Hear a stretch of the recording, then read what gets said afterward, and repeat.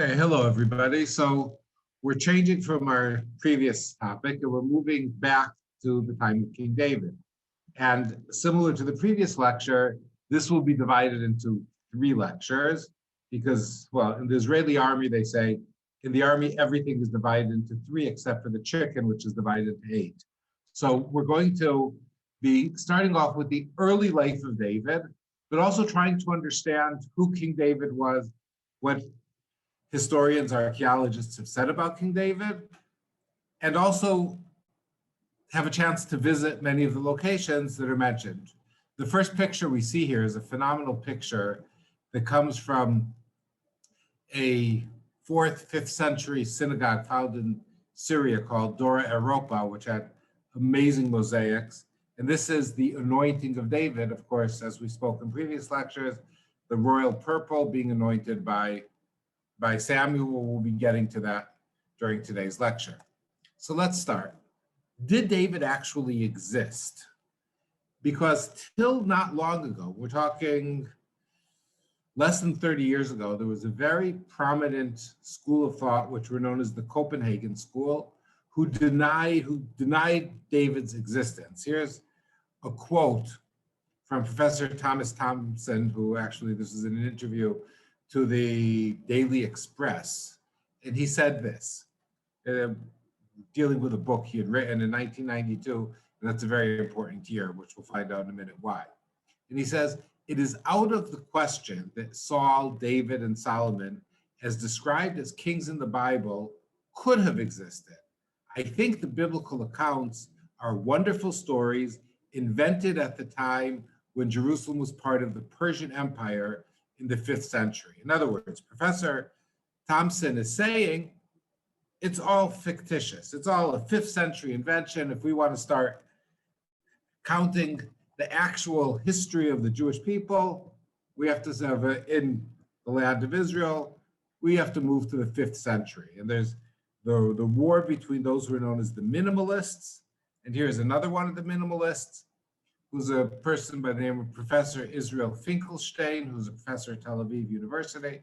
And he wrote a book called The Bible and Earth, and he said this: "The world in which the Bible was created was not a mythic realm of great cities and saintly heroes, but a tiny, down-to-earth kingdom where people struggled for their future against the all-too-human fears of war, poverty, injustice, disease, famine, and drought.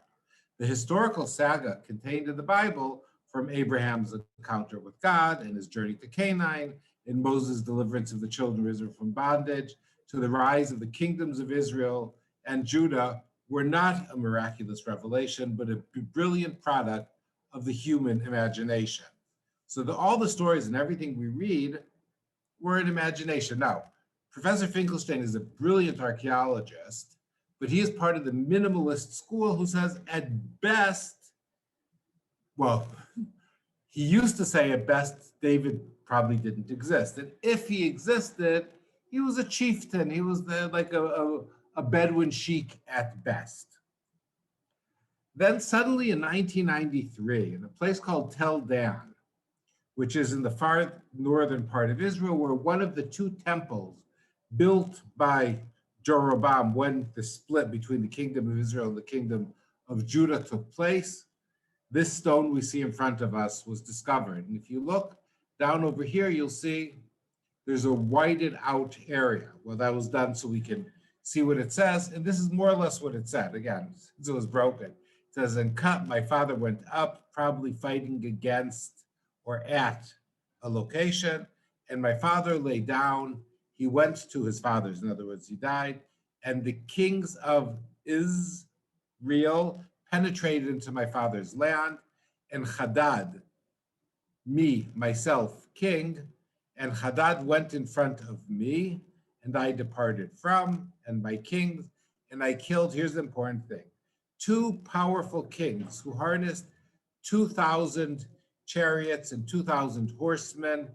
I killed, most likely, based on the biblical story, Joram, the son of Achav, king of Israel, and I killed Achaziahu, son of Yoram, king of the house of David."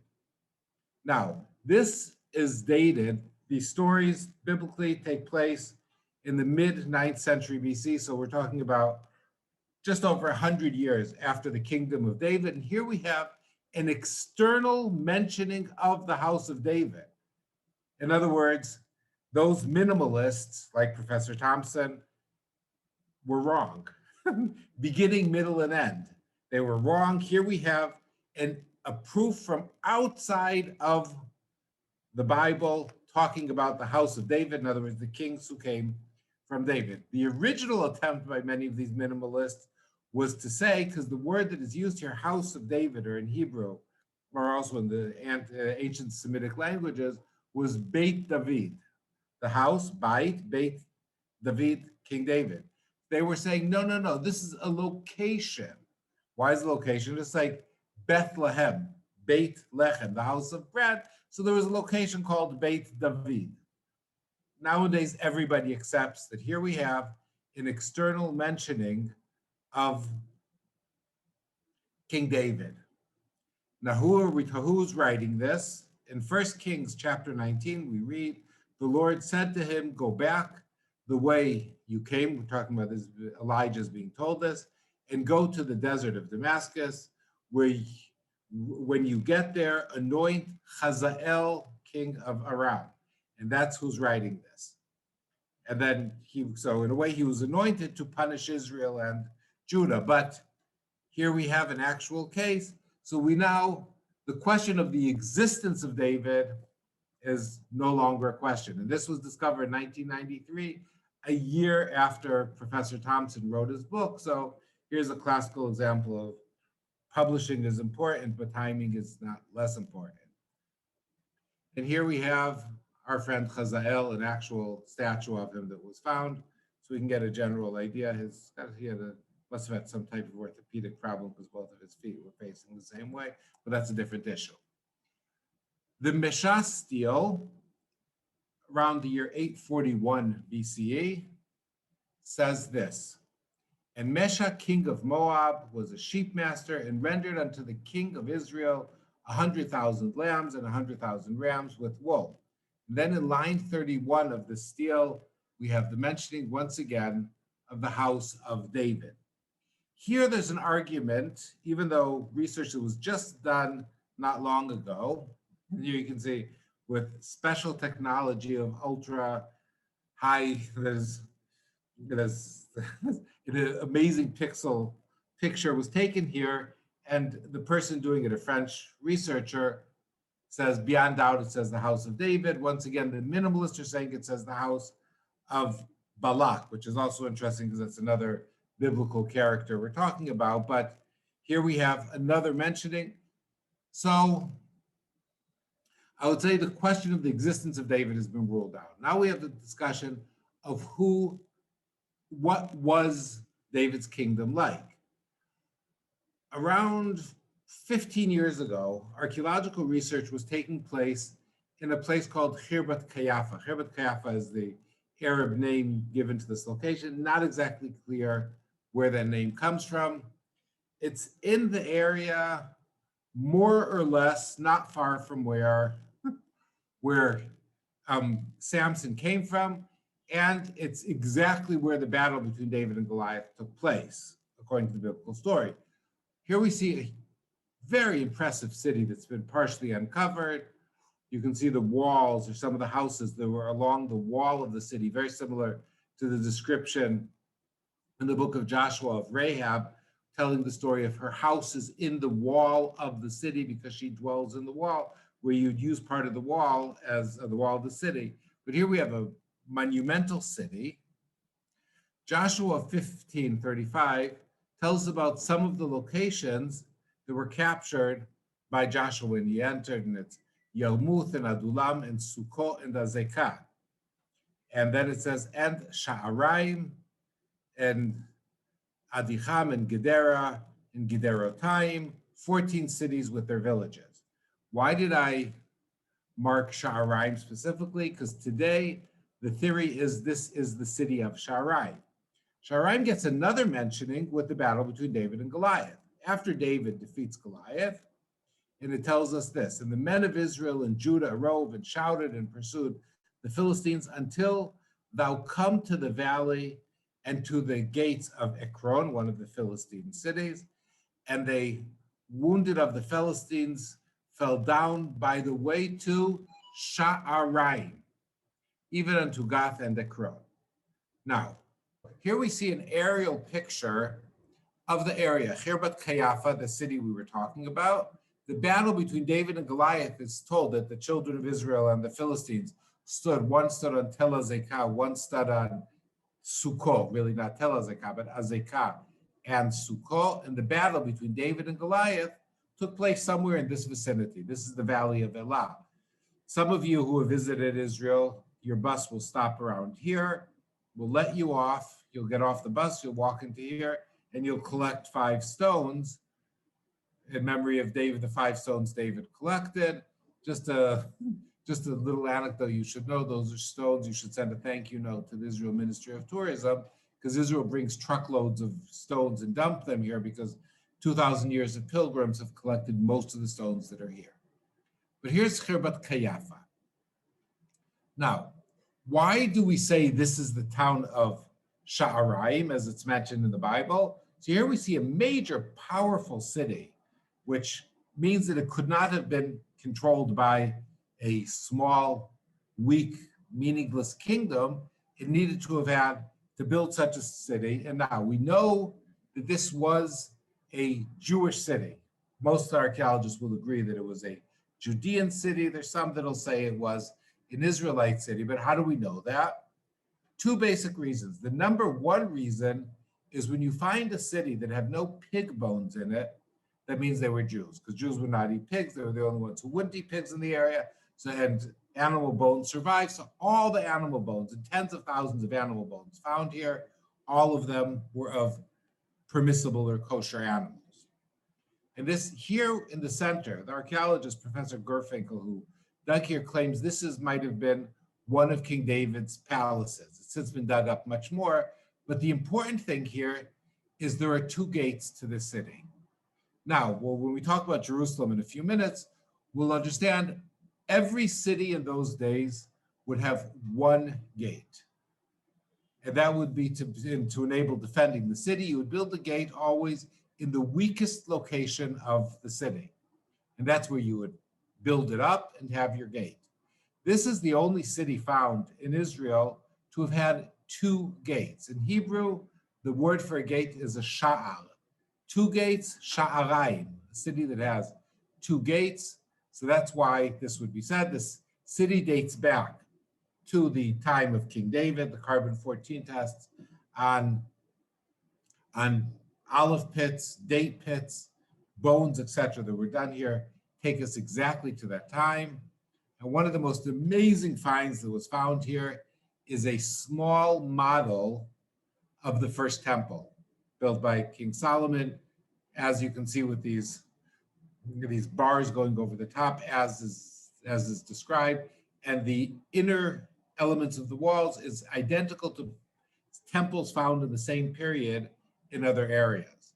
So again, this is 50 years after King David, but of course the city existed for a long period of time. So here we see an amazing, powerful city that most historians would, again, archaeologists would agree, was controlled by King David. So if King David could have controlled such a major city, if this was one of, and more locations are being found today, he was more than just a Bedouin chief. Here is a piece of pottery, an ostrakhan that was found, which says, "Do not oppress and serve God, despoiled." Again, it could be him or her. The judge of the widow wept. He had the power over the resident alien and the child. So here we have a legal element to an extent. It was found on an ostrakhan and a broken piece of pottery. An amazing jar was found, put back together. One of the rare things, again, this is Proto-Canaanite or Canaanite, because we're talking from the 10th century BCE. And the inscription talks about Ishbal, son of Bidas. This must have been a very wealthy person. Amazingly, once again, the name Ishbal appears in the Bible. And we read in the book of Chronicles, And it says, and Ner begot Kish, and Kish begot Saul, King Saul, and Saul begot Jonathan, Malchishua, Aminadav, and Eshbal. Now, interestingly enough, in the book of Samuel, now we have to, and we're dealing with this a lot today, the book of Chronicles covers many of the stories that appear in the book of Samuel, the book of Kings, etc. Most researchers will say that the book of Chronicles was written in the 4th or 5th century BCE. The book of Samuel was written not that long after the events took place. The book of Samuel as a whole, not all, but as a whole, was there to keep the kingdom of David and his descendants alive, and was there for an ideological purpose.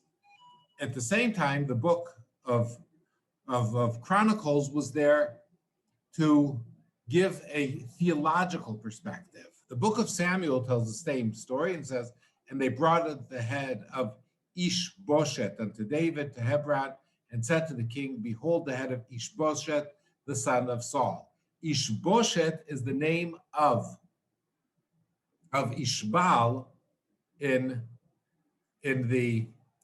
the book of Samuel, interesting enough, because Ishbosheth means a man of shame.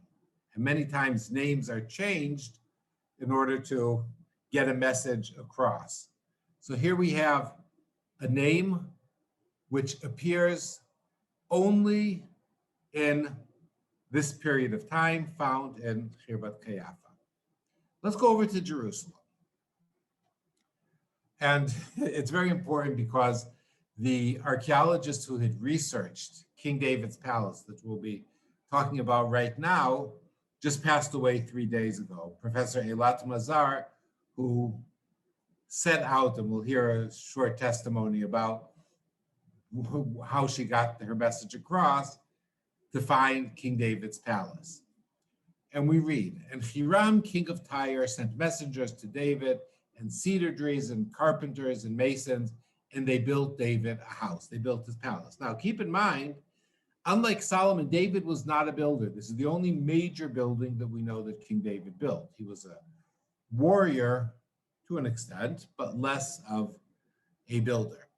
In the book of Chronicles, we're told, and Hiram, king of Tyre, sent messengers to David, along with cedar logs, stone masons, and carpenters to build the palace for him. And David knew that the Lord had established him as king over Israel, and that his kingdom had been highly exalted for the sake of his people. Again, the theological message coming across very strongly in the book of Chronicles, put into the message of the building of his house. In Samuel chapter 5, a little bit later on, and it says, but when the Philistines heard that they had anointed David king over Israel, all the Philistines came to seek David. In other words, because we'll deal with that in the next lecture, the relations David had with the Philistines, they decided they were going to overthrow him. And David heard of it and went down to the hold. Now, what is the hold?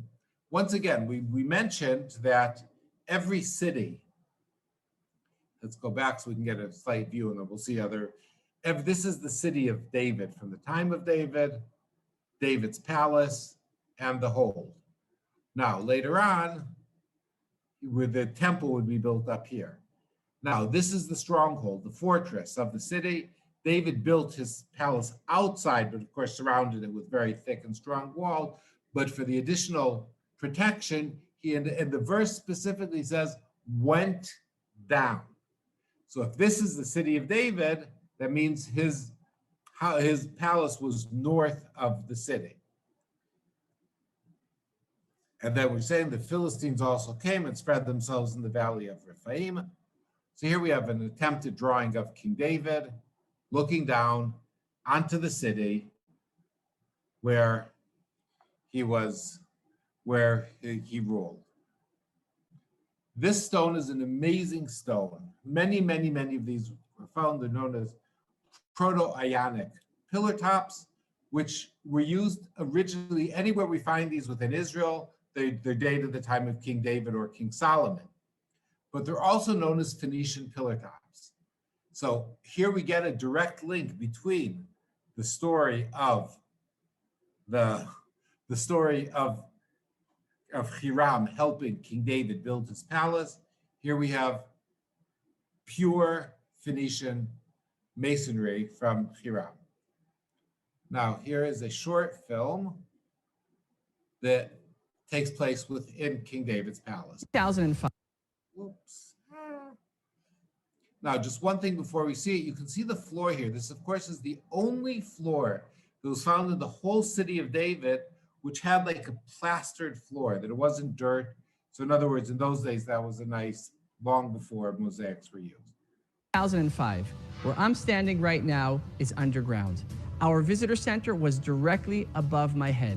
One morning, a woman by the name of Dr. Eilat Mazar, a world-renowned archaeologist, comes into our offices and says, "You need to move your visitor center."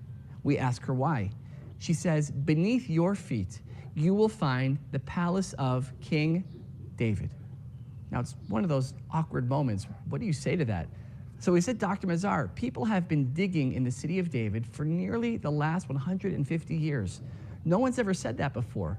What makes you so certain that this is the place?" So she says, first, very simply, the city of David is a city on a hill. And if you have a city on a hill, where will you expect to find the palace? At the top of the hill. Where I'm standing right now is the top of the city of David. She argued this is where you'll find King David's palace. So he said, "Dr. Mazar, perhaps 3,000 years ago, during the time of David, perhaps people built their palaces in the middle of the city. Maybe they built them at the bottom of the city. We are not going to move our visitor center simply because were you to be queen today, you would build your palace right here. What else do you have to support your theory?" So Dr. Mazar shows us a discovery found here some 60 years ago on the slope that I'm standing atop right now, a royal Phoenician capital. Phoenicia is modern-day Lebanon, and a capital is a special stone that would have stood atop an ancient column or pillar in an important building. And Dr. Mazar said that this royal Phoenician capital proves that where we're standing right now is, in fact, the location of King David's palace. So he said, "Dr. Mazar, what does a royal Phoenician capital have to do with David and where he built his palace? Maybe it teaches us something about the ancient Phoenicians, but that's about it." So she says to us, if you knew the Bible like I know the Bible, you wouldn't ask questions like that. So we said, "Well, clearly we don't. Please enlighten us."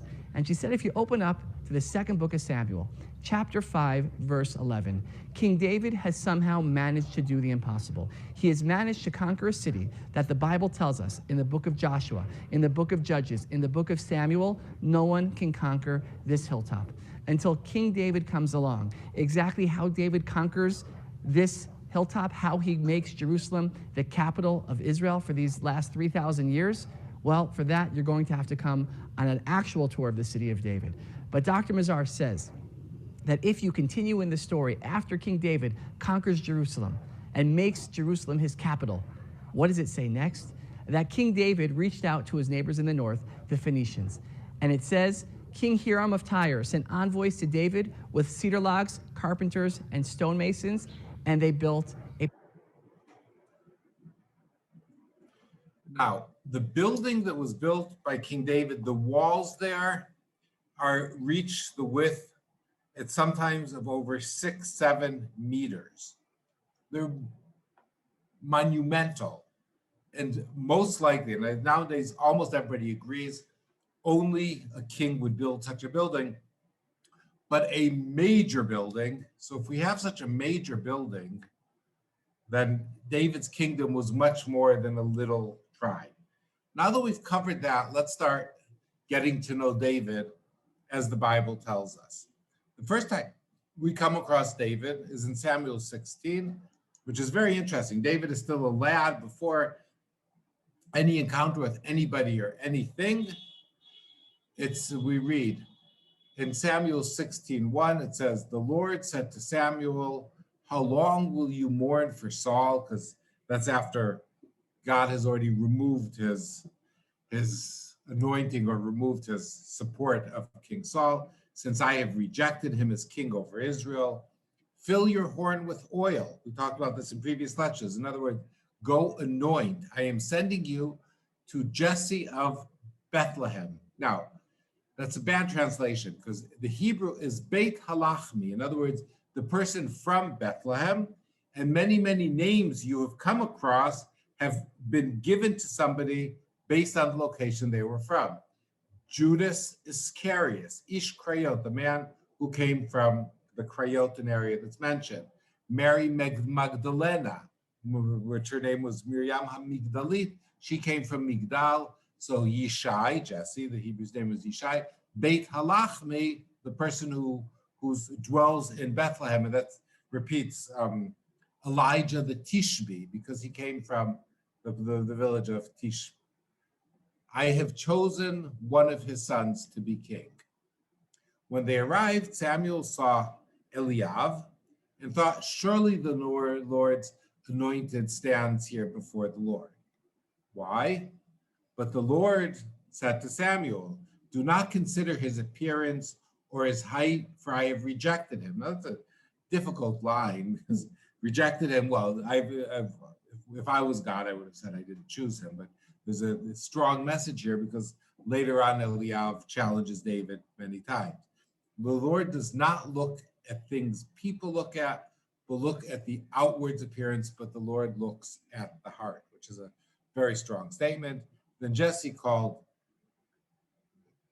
Avinadav and had him pass in front of Samuel, but Samuel said, the Lord has not chosen this either. Jesse then called Shammah and passed before, and Shmuel said, nor the Lord has chosen this one. Jesse had 7 of his sons pass before Samuel, but Samuel said to them, the Lord has not chosen these. So he asked Jesse, are these all of your sons? So in other words, 7 sons have passed by, and then Yishai, Jesse answers, there is still the youngest. Jesse answered, he is tending the sheep. Samuel said, send for him. We will not sit down until he arrives. So he sent for him. He had brought him in. He was glowing with health and had a fine appearance and handsome features. Then the Lord said, rise and anoint him. This is the one. So once again, based on this, David is also impressive externally, but it's his heart. So based on this, just side comment, there were 8 brothers.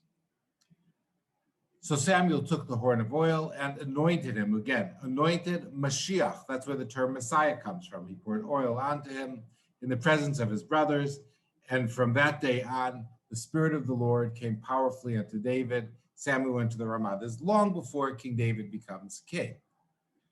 Now, in Samuel 17, we told, now David was the son of an Ephrati. Now, this is very important because many people, there's been mistranslated many times, Ephrati from the tribe of Ephraim. No, Ephrati, because Bethlehem is also known in the Bible many times as Bethlehem Ephrata. Just like he was a Beit Halachmi, he was an Ephrati. It's the same name, who was from Bethlehem in Judah, because there's also a Bethlehem in the Galilee. Jesse had 8 sons, and in Saul's time, he was very old. Now, what's interesting, and we'll see that in a minute, that's not always exactly the story. Now, what don't we know about David from the story? Nothing about his lineage, even though he was from a very respected family. And we know the respected family, we'll see what the lineage is, but in the story in the book of Samuel, there's no mentioning of who his lineage was, where he came from, and we know nothing about his childhood. Nothing, nada, zero. Till the time he's anointed, we know nothing. He'll tell 1 or 2 stories about his slightly earlier life. Now, the family gaps are partially filled. And once again, the book of Chronicles tells us this. The son of Chetzron that were born unto him were Yerachmiel and Ram and Chelubai, and Ram begat Aminadav, and Aminadav begat Nachshon, prince of children of Judah. And Nachshon begat Salman, Salman begat Boaz. It's a name, sorry to read. And Boaz begat Oved, and Oved begat Jesse. And Jesse begat his firstborn Eliab and Aminadav and Shema the third. And even though the book of Samuel didn't tell us any of the other brothers, Netanel the 4th, Radai the 5th, Osem the 6th, and David the 7th. So we've got a problem with how many sons there were. And then there were also two daughters that were mentioned. Again, Tzuriah and Abigail. It's very important to know that as a whole in the Bible, daughters are not mentioned unless there's a specific issue that comes to be with them, like the story of Dinah, the daughter of Judah. The Bible tells us they had many other daughters. The only one who gets mentioned is Dinah. Here, once again, Tzuriah and Abigail. We'll talk a bit about Abigail in the next lecture. Ruth tells us a similar story. Now, these are the generations of Peretz. Peretz begat Chetzron, Chetzron begat Ram, Ram begat Aminadab, Aminadab begat Nashon, Nashon begat Salmon, Salmon begat Boaz, Boaz begat Oved, and Oved begat Yishai, and Yishai begat David. And interesting enough, 10 generations. In the biblical story, the 10 generations is an element of completion. Why? For that reason, when the lineage of Jesus is mentioned, it's 14. We'll talk about in another lecture. That has a different explanation. But as a whole, so here we have two external sources telling us the story that the book of Samuel makes a point not to mention. And there's a good reason why it doesn't mention it. What don't we know? Why don't we know anything about David's birth? Most biblical persona were born with God's intervention. Jacob, Joseph, Samuel, Oved, all of them, the mothers were barren, or there are multiple stories. God intervened to make them born. Those who were not, that we have no mentioning about God intervening, and frequently no mentioning about much about their early childhood, Moses, Joshua, and David. What do all of them have in common? Leadership. In other words, the book of Samuel wants us to concentrate not on David's lineage, not on who he was, but what he was. And that's why his whole early childhood is not mentioned. We can deal a bit with the similarities and the differences to Jesus, which we'll do in our third lecture, but David is there for leadership. That's why we don't need to know about his past. We don't need to know about his birth. There are many stories that have developed around it. Was David of the same mother as his 6 or 7 siblings? Was it a different mother? It doesn't matter. We want to deal with David as an anointed leader. Now, but we're told David was a pretty face, but he had additional talents. And let's see what some of his talents were. In 1 Samuel, I didn't mention the chapter, it should be chapter 16. Now the spirit of the Lord had departed from Saul, and an evil spirit from the Lord tormented him. Saul's attendant said to him, "See, an evil spirit from God is tormenting you. Let our Lord command his servants here to search for someone who can play the lyre." Let's remember that. It'll be important for us in a few minutes. He will play when the evil spirit from God comes on you, and you will feel better. In other words, the music, or more than the music, will help him. So Saul said to his attendants, "Find someone who plays well and bring him to me." Now, keep in mind, this is after David was anointed, but still it had no direct influence. One of the servants answered him, "I have seen a son of Jesse of Bethlehem who knows how to play the lyre. He is a brave man and a warrior." So David's reputation as being much more than just a young, small boy had already spread. He speaks well and is a fine-looking man, and the Lord is with him. Which is interesting because, keep in mind, that's a problem because the Lord had departed from Saul, the Spirit of the Lord. With David, the Lord is, but maybe he hoped that the Spirit of the Lord would be contagious and help him. David came to Saul and entered his service. Saul liked, and that's a terrible translation. The word is clearly love that appears there. It says ahav, and we'll keep that in mind for next week's lecture. The element of who loved David and who David loved is very interesting, loved him very much. And David became one of the armor bearers. Then Saul sent word to Jesse saying, "Allow David to remain in my service, for I am pleased with him." So here we have, the link is formed. David plays the lyre, or what did he really play? We'll see that in a minute. Whenever the Spirit of God came on Saul, David would take up the lyre and play. The relief would come to Saul. He would feel better, and the evil spirit would leave him. Now, what did David really play? We see many times, you can see an interesting, there's what instruments? In Amos chapter 6, they say that chant to the sound of the viol, or the violin, and invent themselves instruments of music. I don't know why in the King James Version it's spelled with a K, then I'll have to leave for linguists, like David. So what did David play? He played the violin. The NIRV translations say you pluck away on your harps. As David did, you play new songs on musical instruments. The Hebrew, hapoltim alei nevel. So the Hebrew specifically says a harp, while in the story with Saul, it used the word kino. The modern day use for kino is a violin, but it's usually translated as a lyre.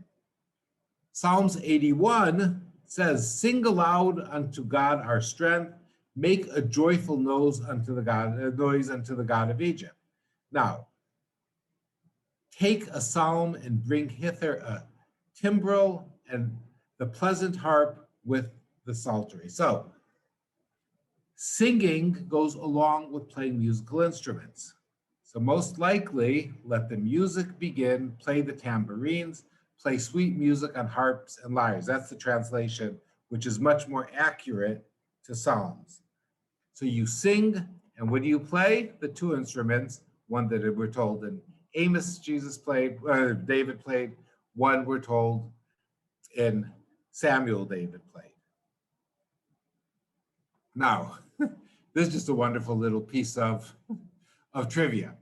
All Israeli coins are based on biblical finds. The back of the coin will usually have a symbol or another coin that was actually found.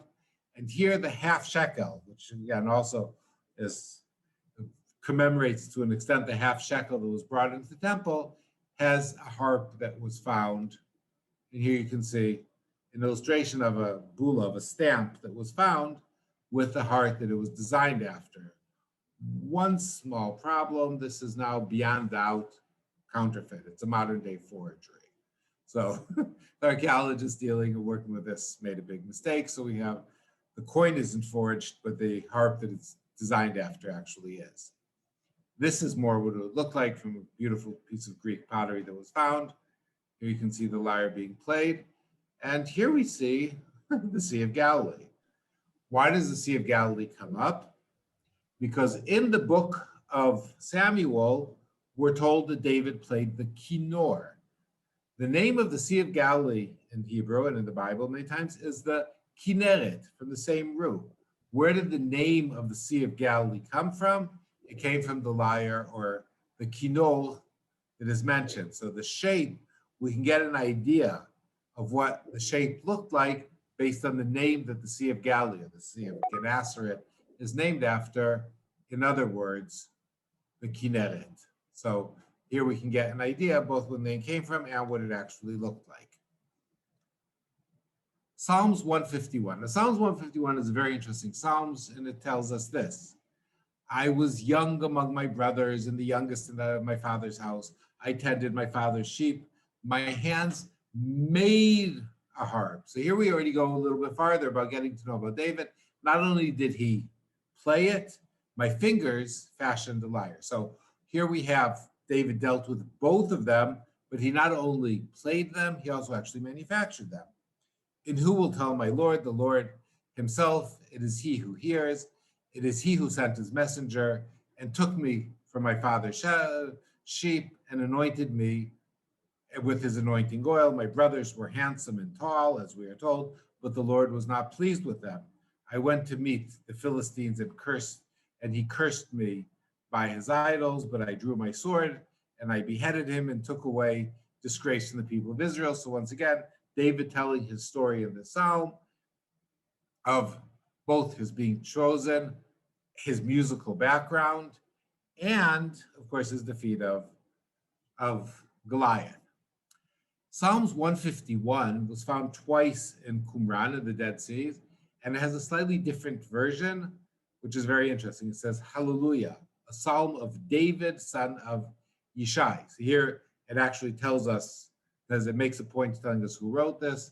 I was younger than my brothers, the youngest of my father's sons. So he made me shepherd of his flock, again, not coincidental, shepherd of his flock, and ruler over his goats. So in those days I was flock and goats. Of course, later on, I became the shepherd of the people of Israel. My hands fashioned a reed pipe, my fingers a lyre. So I gave glory to the Lord. I said in my mind, the mountains cannot testify to him, nor can the hills proclaim, lift up my words, you trees and my compositions, you sheep. In other words, here we're already much more, he's glorifying God much more than just himself. And we'll see that repeat itself many times. For he who can announce and who can declare and who can recount my deeds, the Lord of everything has seen, the God of everything has heard, and he has paid attention. He sent his prophet to anoint me, Samuel to raise me up. My brothers went out to meet him, handsome of figure, handsome in appearance, although they were tall of stature, and handsome because of their hair. Now that's very important, because keep in mind, what do we know about hair later on with David's life? Of course, the hair of Absalom, his son, who was so proud of his hair that wound up costing him his life. So it's not, you have to, there's the element of vanity can play a point. The Lord God did not choose them, but he sent and fetched me from behind the flock and anointed me with the holy oil, once again, the holy oil for anointing, and he made me prince of his people and ruler over the sons of his covenant. So here we see a different version of Psalms 151 with a little more theological element in it. Now, what was it like to play music in those days? Here we see a very interesting mosaic that came from a synagogue found in Gaza with David playing. So here we can see David playing the harp from a probably 5th century synagogue in Gaza. Psalms 92 tells us, what is it like when you play? It is good to give thanks unto the Lord and sing praises unto the name, O Most High, to shew forth thy loving kindness in the morning and thy faithfulness every night. Upon an instrument of 10 strings, and you can count, there should be 10, but they got it wrong here, and upon a psaltery, upon the harp with a solemn sound. In other words, in those days, David did not just come and play a harp to King Saul, he also sang and wrote poetry. For their Lord has made me glad through thy work. I will triumph in the works of thy hands. In other words, in those days, the element was you play the harp or the lyre, and at the same time you sing and you compose alongside with it. Once David started playing harp, it's not exactly clear. The next story that the Bible tells us is David defeating Goliath. Very interesting, problematic story. We'll deal with a few elements connected to it to get to know David a little bit better. And Samuel 21 tells us, and again there was fighting with the Philistines of Gob, and the Bethlehemite killed Goliath the Gittite, whose spear had a shaft like a weaver bar. That's the JPS translation. I purposely erased something from here that you'll see in a minute. But here is the story of Goliath, the battle against Goliath. The King James translation, which is very problematic, says this. And there was again a battle in Gob with the Philistines, and Elchanan, the son of Yair, a Bethlehemite, slew the brother of Goliath the Gittite, the staff of whose spear was like a weaver beam. Now, as you can see, this is not a story about King David killing Goliath. It's a story about somebody else. It's the story of Elchanan, the son of Yair. What's going on here? Good question. We'll find out who Elchanan, the son of Yair, was in a minute, because Yair was We'll find out which tribe he was from, and he was related to King Saul. What happened here is in the final part of 2 Samuel, there's almost like an annex. It was probably written by an Israelite writer that somehow found its way in and had slightly different stories. So we actually, in the final element, we have Goliath not being killed by David, that we'll deal with in a minute, but by Elchanan, the son of Yair. Now, King James Version could not deal with it when they were translating it. We can't directly translate it because Goliath was killed by David. So who was killed? Goliath's brother. But that's not what the text says. The text does say that in the book of Chronicles. And it says, and there was war again with the Philistines. Elchanan, the son of Yair, slew Lachmi. And here they actually, like previous, the brother of Goliath the Gittite, with the spear, whose spear staff was like a weaver's beam. So they decided that they're not going to accurately translate it because there's a problem, so we'll take it from a different source. That's why, as we've said many times, to really understand the text, you can't rely on translations, and very frequently not on the King James Version. In the book of Esther, we're told, now in Shushan, the palace, there was a certain Jew whose name was Mordechai, the son of Yair, the son of Shimi, the son of Kish, a Benjamite. Who was a Benjamite? King Saul. Yair was a name of the tribe of Benjamite. So here we have two conflicting stories over who was responsible for killing Goliath. So just a little anecdote. Fantastic mosaic that was found in the northern part of Israel. Primitive elements of art, but you can see there's one huge guy defeating everybody. You can guess who that was. It's the actual story of David and Goliath, chapter 17, the book of Samuel, and it says, and the men of Israel said, have ye seen this man that is come up?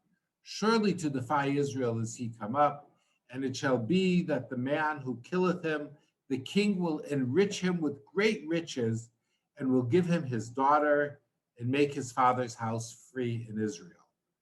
This is a later part of the story, but the reward for whoever took the battle was phenomenal.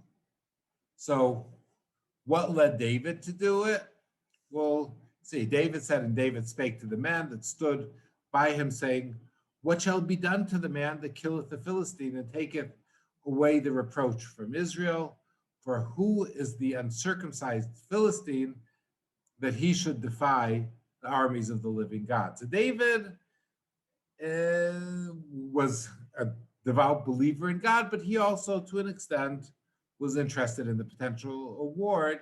He wasn't exactly sure what was happening. And Eliav, that's the same older brother who God did not like that much, heard when he spake to the man, and Eliav's anger was kindled against David, even though, again, remember, David had already been anointed at this time. And he said, why camest thou down hither? And with whom hast thou left the few sheep in the wilderness? Why are you leaving your job? What are you coming to the serious brothers? What are you doing here? What brought you here? I know thy pride and thy naughtiness of thine heart, and thou art come down that thou mightest see the battle. You're too much of a wimp to participate.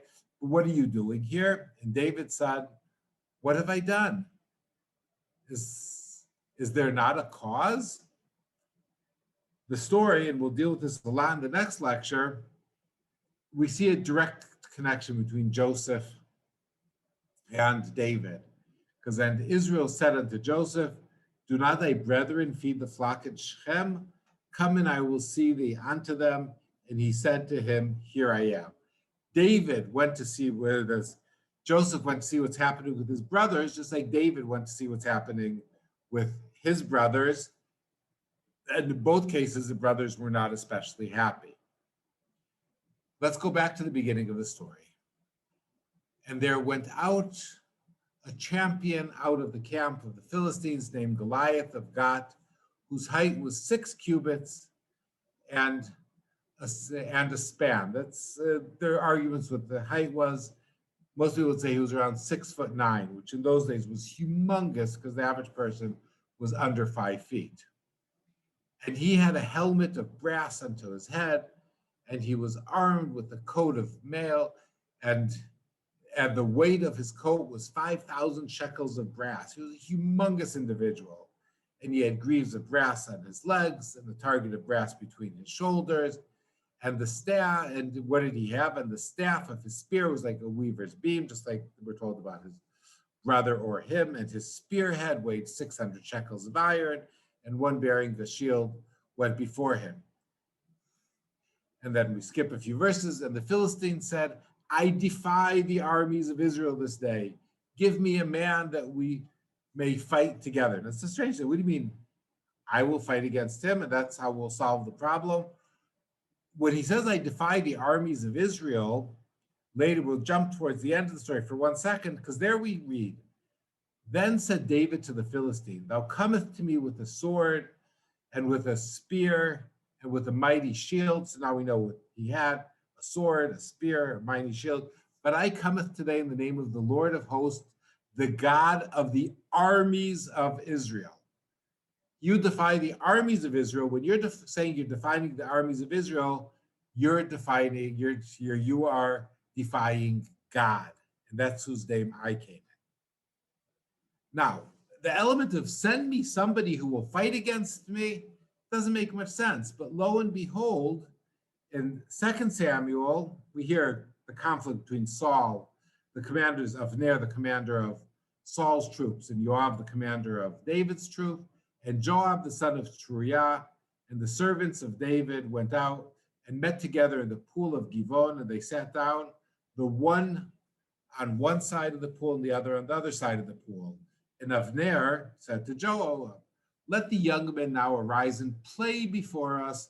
And Joab said, let them arise. In other words, we have a conflict between us. Let's send some of the small soldiers.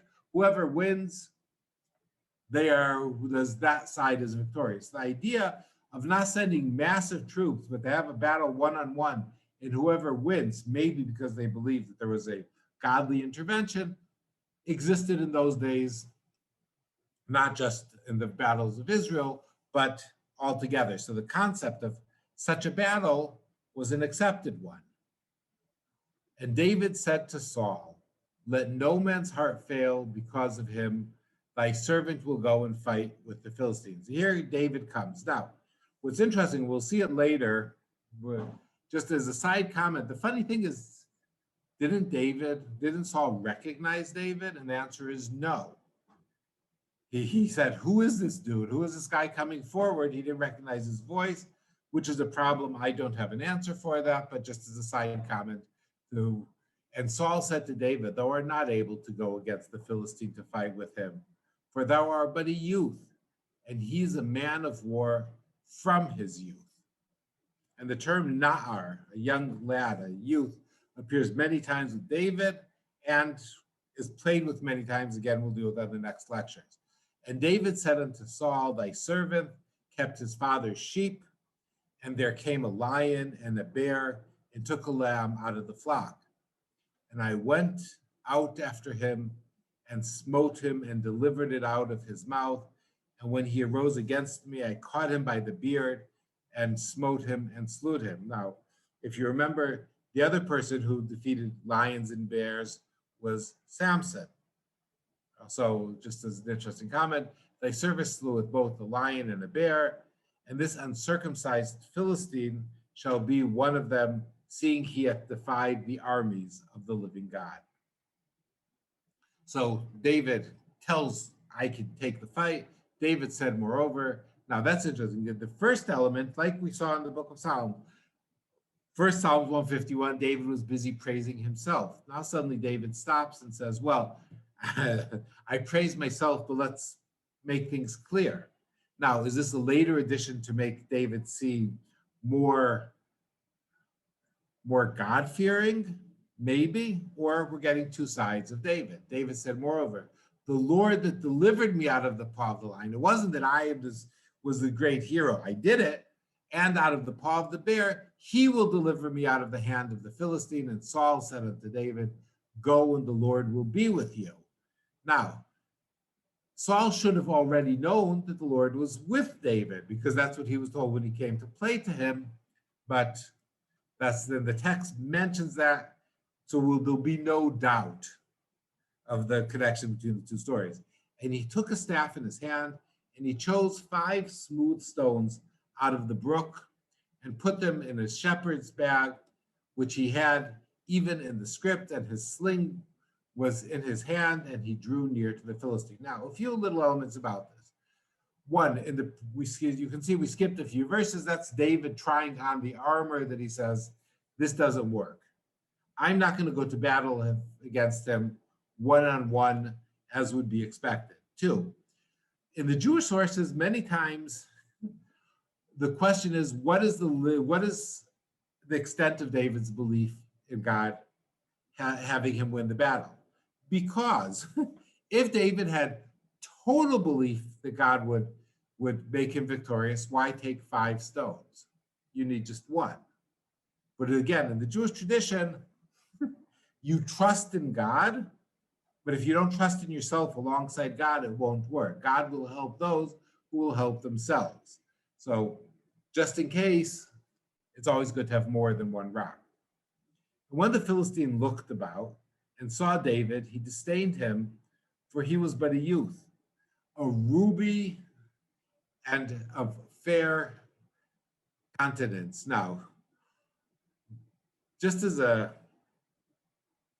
Goliath, a different translation from the NIRV says, Goliath looked David over, he saw how young he was, and he saw how healthy and handsome he was, and he hated him. That's even more problematic.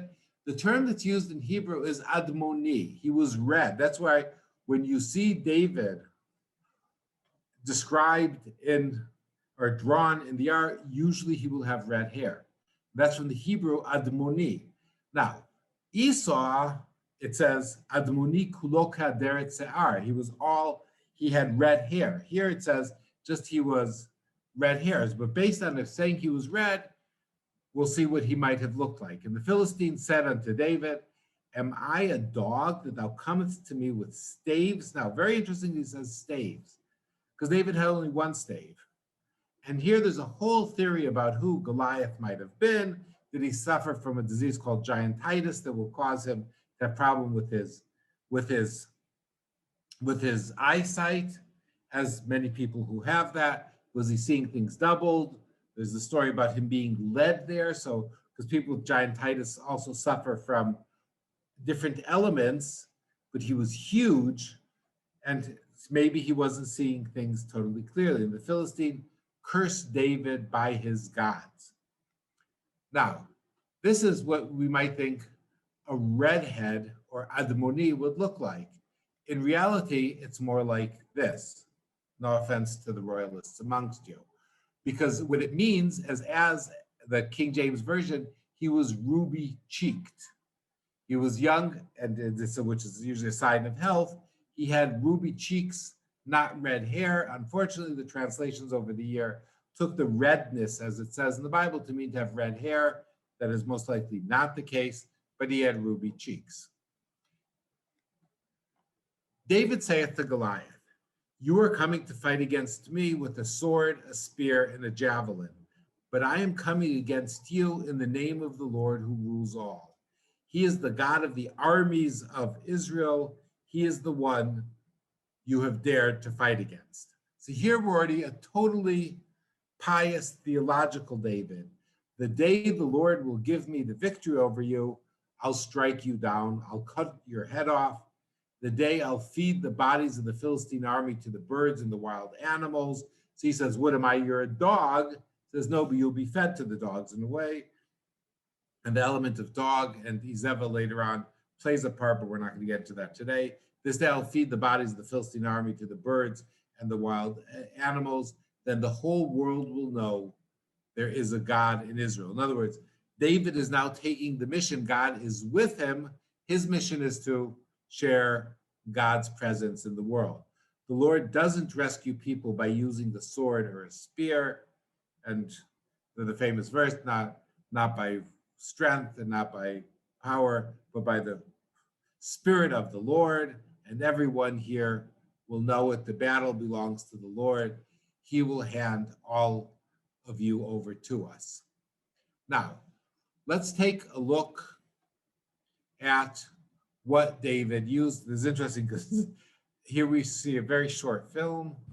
But even at longer range, gunfire would not have been enough to tip the balance in favor of the Spaniards, because the Indians had a deadly countermeasure: the sling. Clearly lethal if you're unarmored. Yeah, in the face, break the cheekbone, put him out of commission. In a battle, there would have been thousands of these. So I think all in all, excellent weapon. The Aztecs used uniformly rounded clay balls and stones as projectiles for the sling. These traveled at more than 240 kilometers per hour.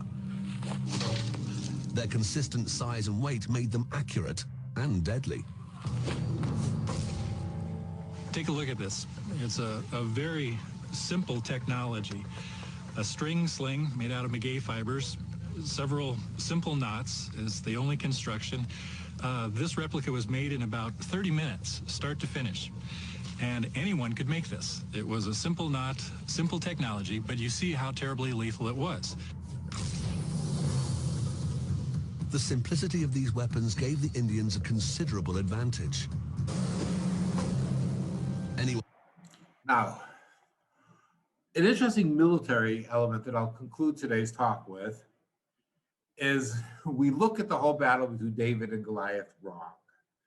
And why is that? Till today, of course, David against Goliath, it means Goliath is the one to make the bet on. He is the favored potential victor, while David is this little scrawny individual. But if Goliath was this huge, powerful, weighed down individual with only two basic elements, he had his spear, he had his dagger, and as long as David, who was small but quick and young and mobile, as long as he kept his distance away from Goliath, Goliath could do nothing to him. David took his 5 stones, but he in the valley had unlimited ammunition. Now, David was a shepherd. Every shepherd would have one of those slingshots to keep away wild animals. So they'd be very well trained and extremely accurate. And David knew that. So David knew his advantage. That's why he wouldn't put any armor on. He thought, and what won the battle for David was he thought out of the box. It wasn't going to be one person against the other fighting with daggers, because in that case, the Goliath would step on him, but take advantage of his abilities and his belief, both in that he had the ability to win and that God would be with him and would enable him to win. So the battle of David versus Goliath was imbalanced, but maybe very much imbalanced in the side of David. But nobody else saw that, and that's what made the victory so amazing.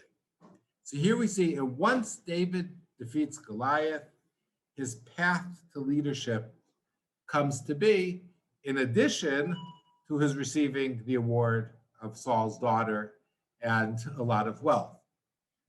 So with that, we'll conclude today's talk. We've covered the early stage of David from when he was chosen and anointed till when he established himself as the great hero. Next week, we'll deal with the element of David and his kingdom and who he was and what the Bible hints and tells us about his rulership. And then the third lecture will conclude with the whole messianic element connected to David and why David plays a major part both in Jewish messianism and Jewish theology throughout the ages and Christian. So with that, I will conclude